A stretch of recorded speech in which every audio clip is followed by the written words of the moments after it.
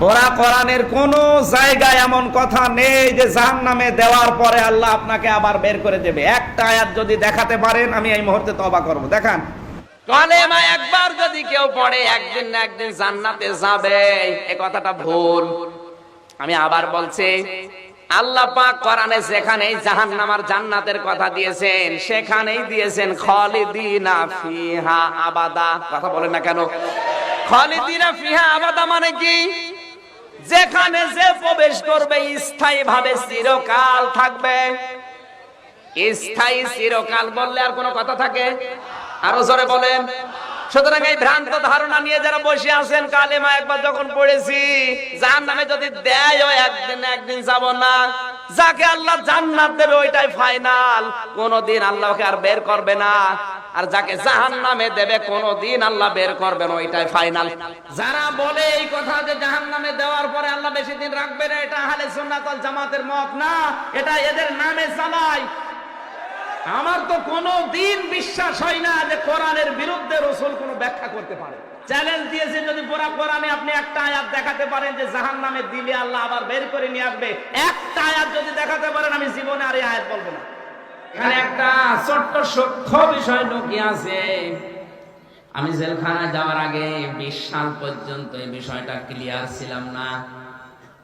জেলে যাওয়ার পরে আমার অনেক আলেমের সাথে পরিচয় হয়েছে, বিশেষ করে মাওলানা মামুনুল হক, মাওলানা সাখাওয়াত হোসেন রাজি, এই সমস্ত আলেমদের কাছে বসে বসে সেই বিষয়টা আমি পেয়েছি। আমি এতদিন পর্যন্ত যেখানে লেখাপড়া করেছি, যে সার্কেলে, ওখানে এরকম ভাবে জানতাম যে কবিরা গুনাহ করে যদি কেউ তওবা না করে মারা যায়, ওই লোকটা জাহান্নামে গেলে মহান আল্লাহ ওকে আর বের করে দেবে না।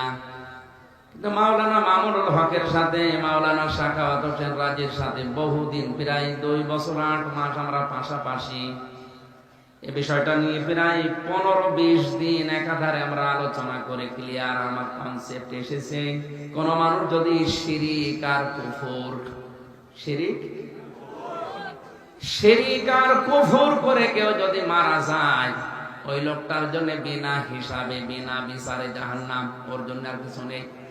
কিন্তু কোন মানুষের যদি ঈমান থাকে আর ওই মানুষটা যদি এই দুনিয়াতে গুনাহ করে, সে কবিরা গুনাহ হতে পারে, সগীরা গুনাহ হতে পারে, তওবা করার সময় যদি না পায় আর যদি বাগী না হয়, এই মানুষটা যদি জাহান্নামে আল্লাহ দিয়েও দেয় কোনো কারণে, ঈমান যদি থেকে থাকে, মহান আল্লাহ তাকে যে কোনো দিন আবার বের করে নিয়ে হাউজে কাউসারের পানি থেকে গোসল করে আবার জান্নাতে দিয়ে দেবে।